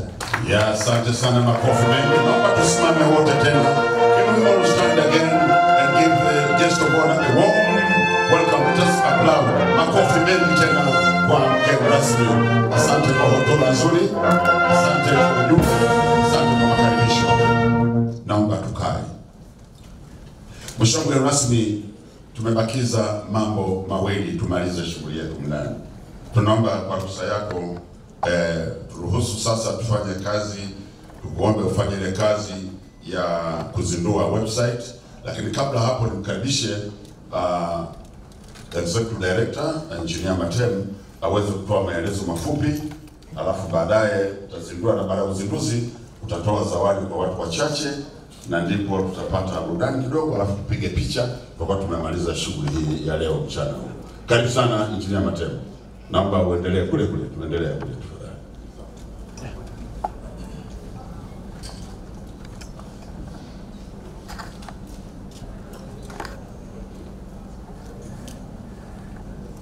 Mheshimiwa mgeni rasmi, nilikuomba awali niendelee na lugha hiyo. Naomba niendelee nayo. May I call my colleague, Peter Soed, please can you come forward with the computer and everything? We are setting for the launch now.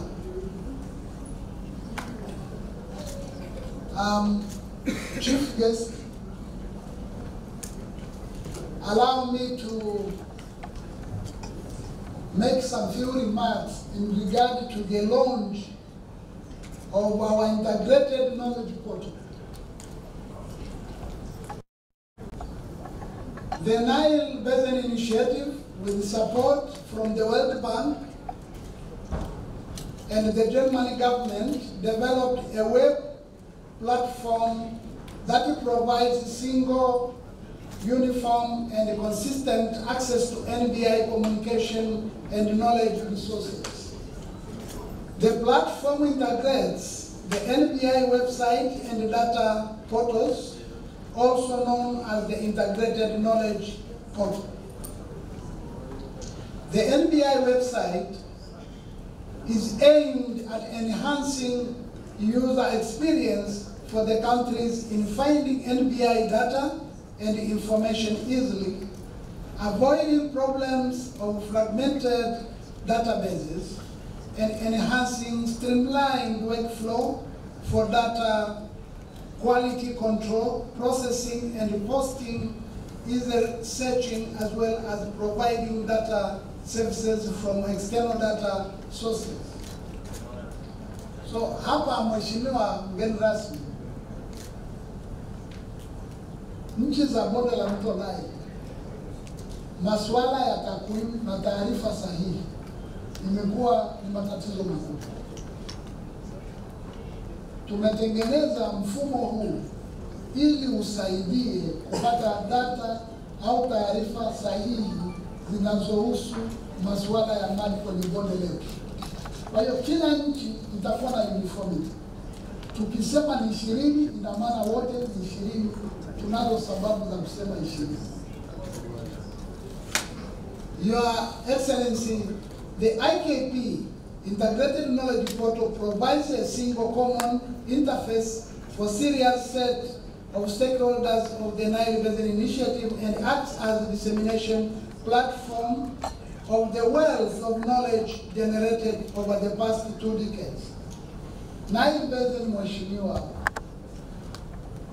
tunayo machapisho na taarifa 10,000.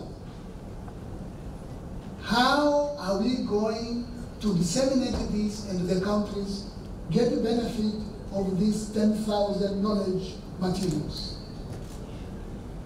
This is the purpose. We are towards there. To make sure it's only a single button, then you get the right information for the country.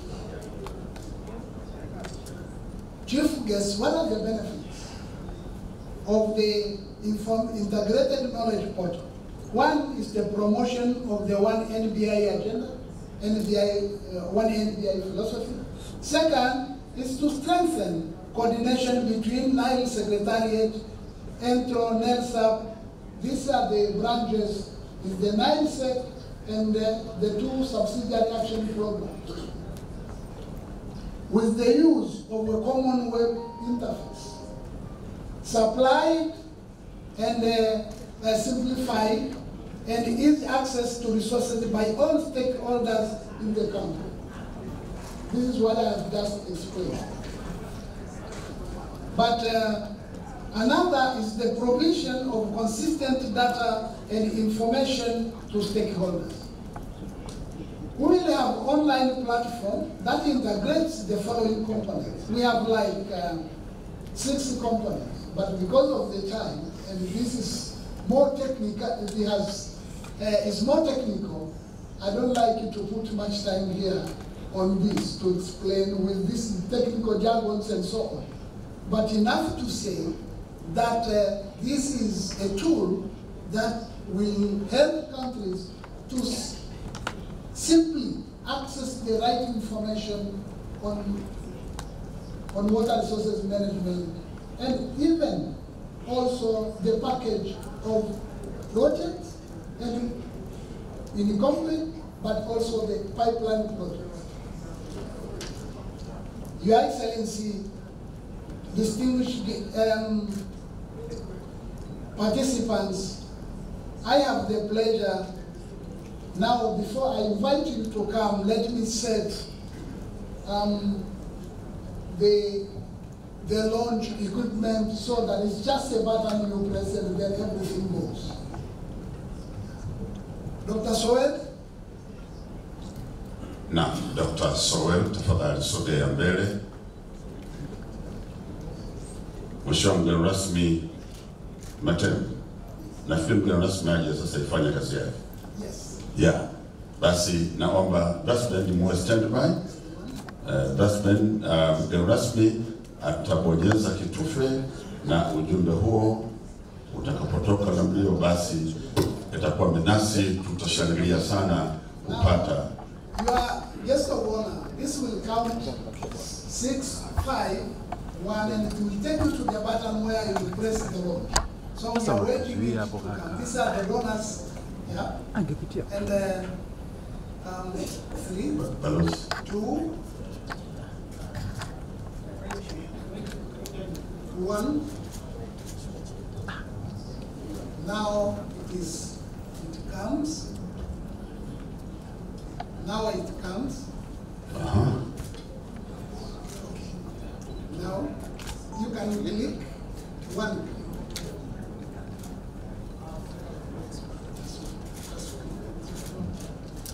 Yeah. Just a moment.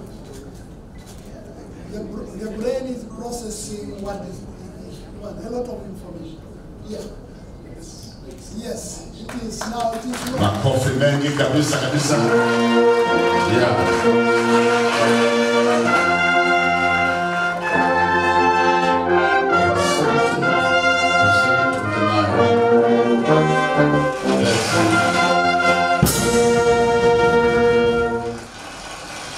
Bado makofi tena tupige mengi kabisa, asante sana. Shukrani kubwa kabisa. Asante sana. Mheshimiwa mgeni rasmi, tunaomba pia sasa utoe zawadi. Nikuombe tena Injinia Matemu seme maelezo mafupi, alafu atoe zawadi kwa walembo. Na zawadi ambazo zitakuwa zitolewe.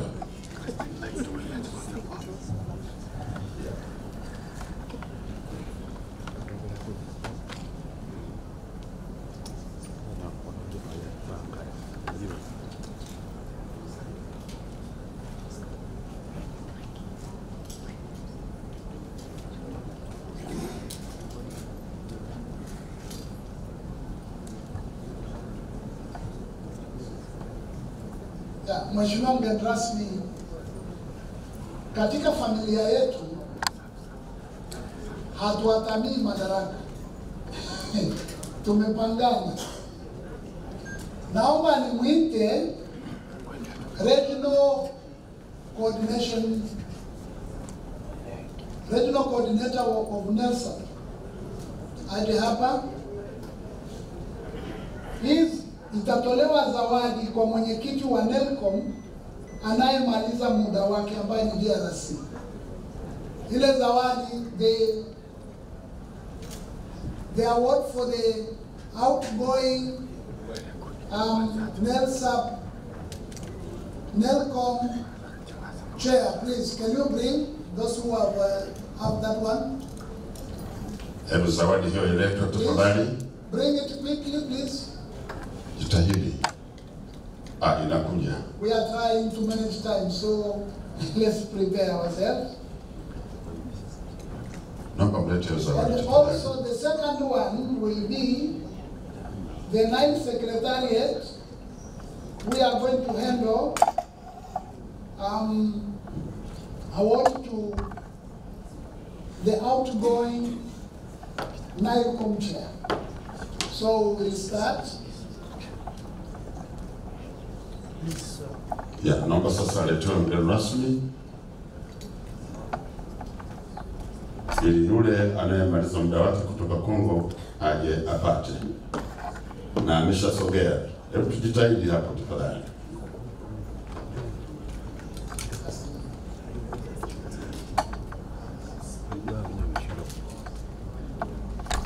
Na mnatia mliko makini, alikuwa nakagua kwanza.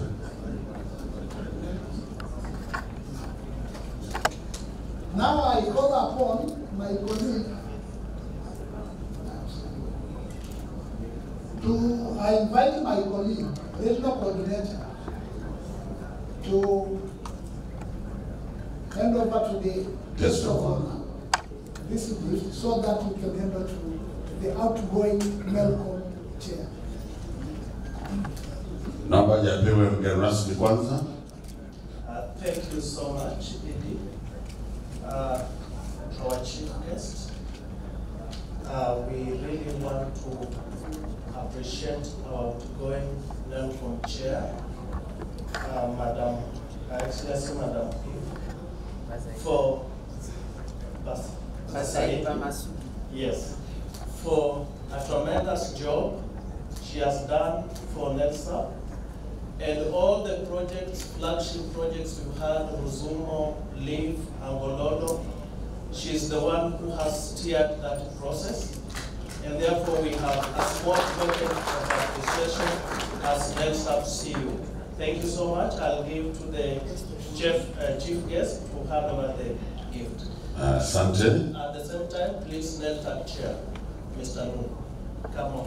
Sasa anakuja kumkabidhi mgeni rasmi sasa.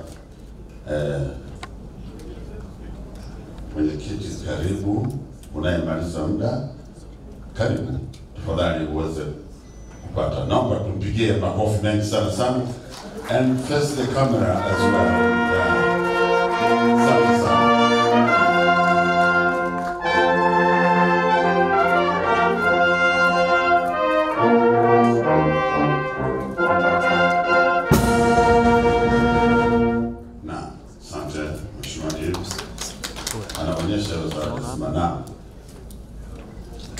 Thank you. At the same time, we also have a small token of appreciation to our outgoing NELTAC chair, Mr. Lungu. Mr. Lungu.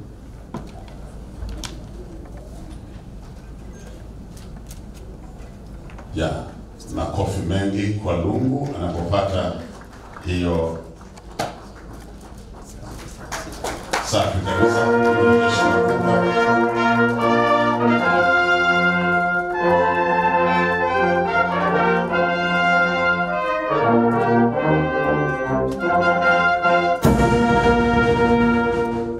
Nile Sec, please, can you bring the gifts forward?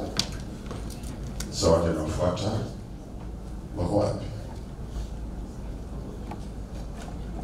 Tufanye haraka kidogo. Naona inakuja kule.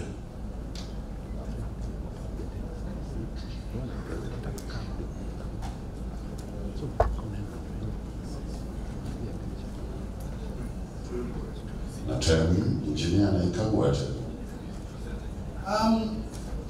Honorable guest of honor, I am presenting this plaque as a souvenir as well as an award in recognition of the hard work of the late Manawa, which will handle to Ambassador Day. Ni zawadi na ukumbusho kwa aliyekuwa mwenyekiti. Kwa hiyo mgeni rasmi anapata na balozi Mheshimiwa Dan Obed Madal Majok anapokea. Makofi mengi sana sana kwake.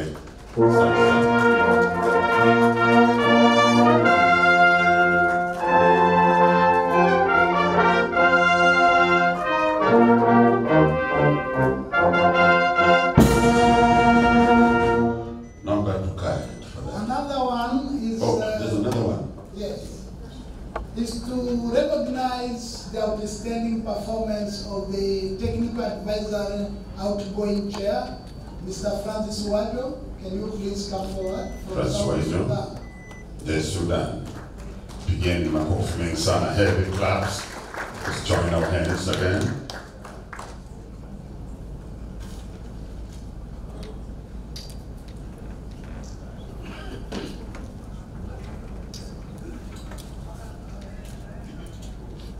Anaonyesha makofi mengi, heshima kubwa kabisa kabisa.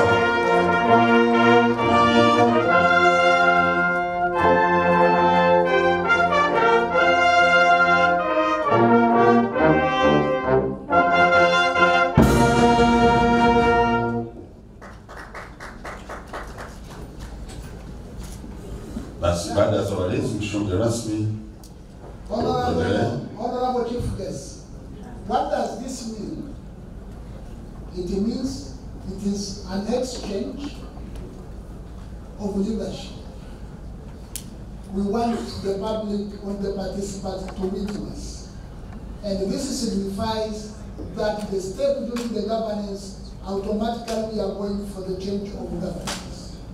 Thank you very much, Chief Guest, for your time and give us morality and such much respect for our institution. Thank you very much. Ya, asante sana, makofi mengi tena. Mgeni rasmi nakushukuru, naomba ukae.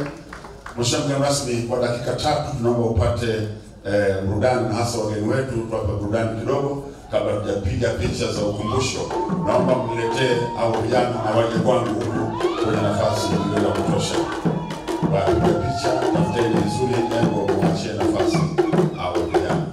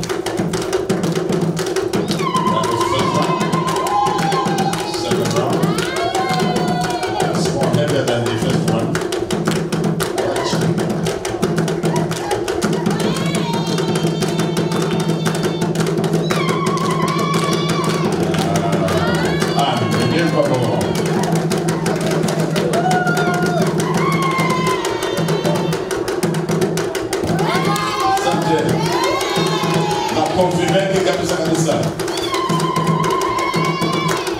Ya mwisho sasa. Mungu haiwezekani.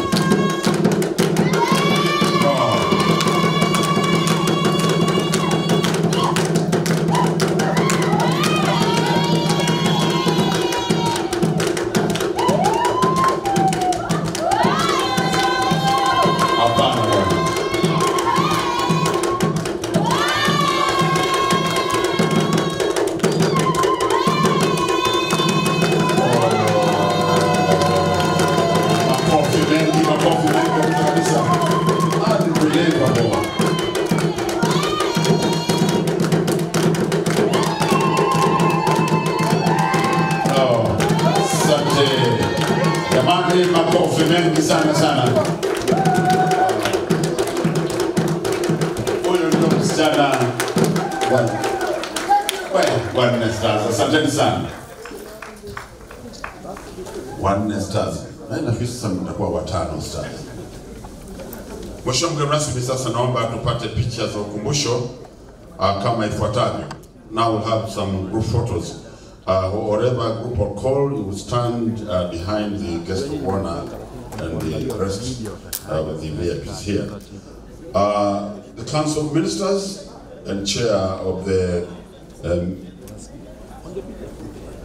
Parliamentary Committee, kindly all the Council members of the Nile Basin Initiative. Karibuni sana. Mawaziri wote tafadhali. The front line. This is the first picture.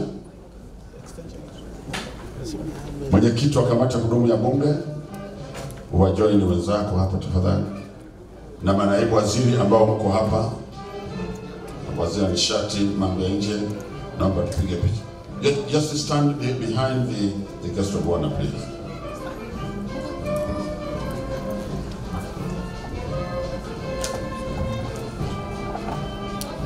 And the second group will be Excellencies, Ambassadors and High Commissioners and Development Partners.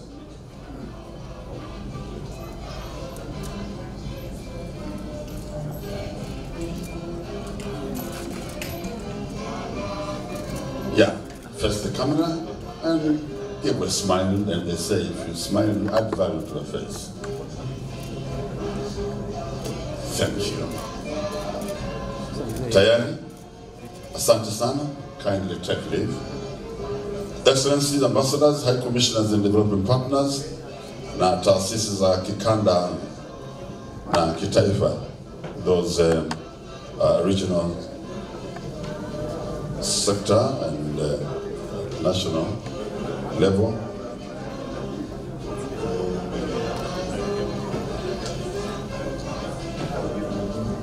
Taasisi za kikanda na kitaifa.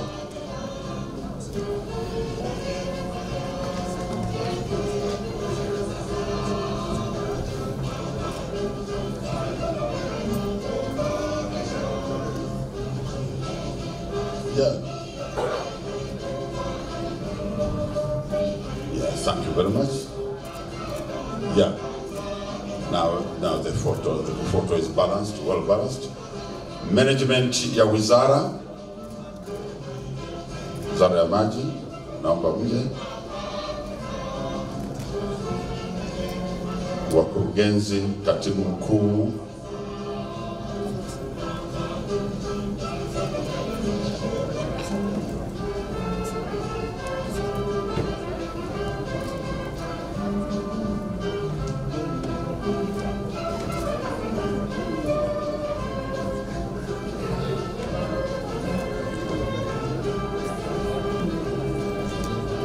karibuni.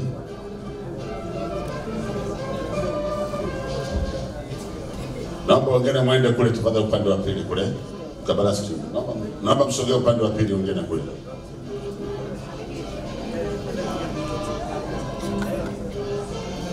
Wakuu wa taasisi wa wizara za maji, naomba mje hapa pembeni tafadhali. Wakuu wa taasisi wa wizara za maji, wakuu wa taasisi RUWASA, DAWASA, wote naomba mje hapa tafadhali. Wakuu wa taasisi, sogeni.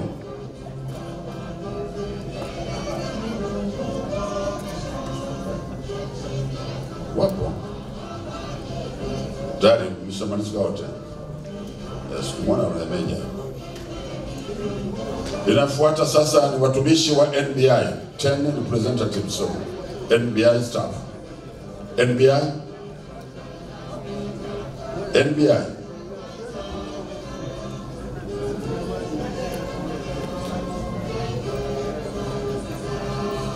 And the last one will be the heads of NBI and senior management team.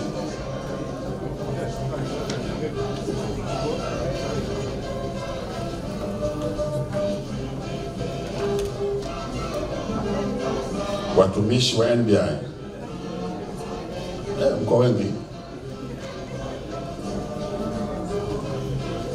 Namba wengine mwende kule? Ya, kule tayari.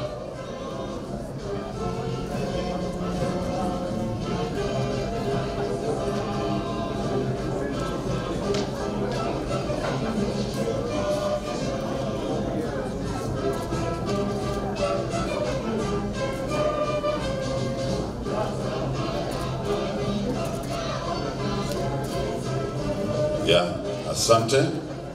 Heads of NBI and senior management team.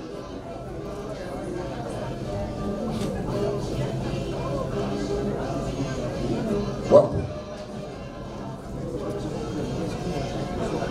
Nile Tech.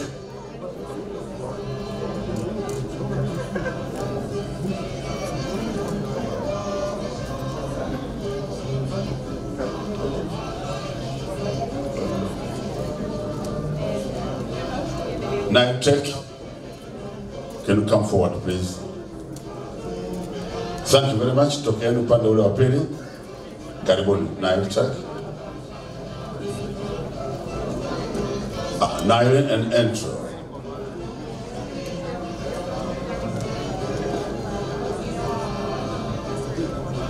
Nile and Entro. These are technical committees.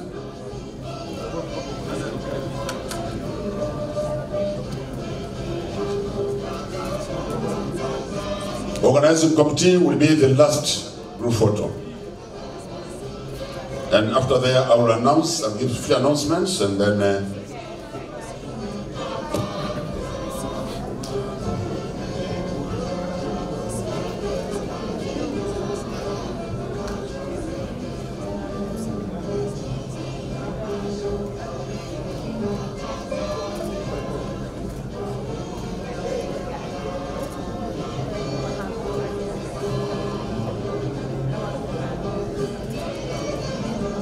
Organizing committee, kamati ya maandalizi, naomba msogea hapa tafadhali. Picha ya mwisho, kamati ya maandalizi. Kamati ya maandalizi. Kamati ya maandalizi, naomba mje tafadhali. Nafikiri na hii mgeni rasmi, na mimi naomba kwa ruhusa yako na mimi nipate ukumbusho hapa.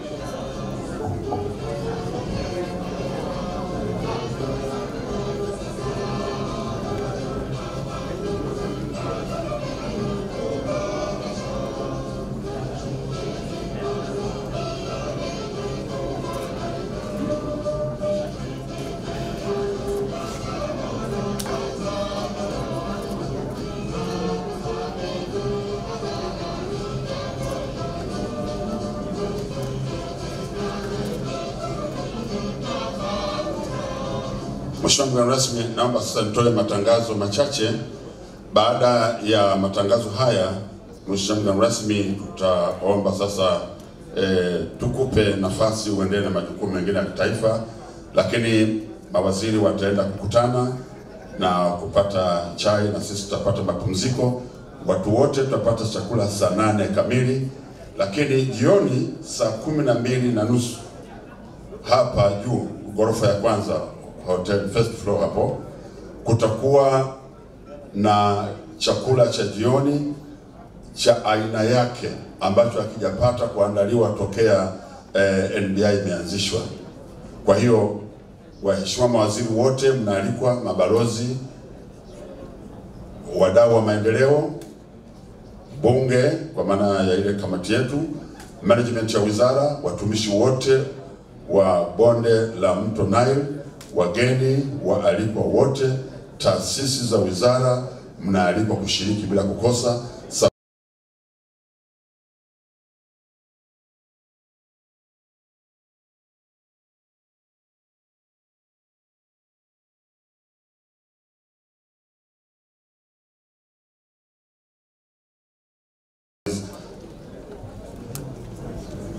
Yeah, the guest of honor now is leaving. Let's give him hand claps again. As we say, tutaonana tena, tunakuhusu endelea na shughuli mbalimbali.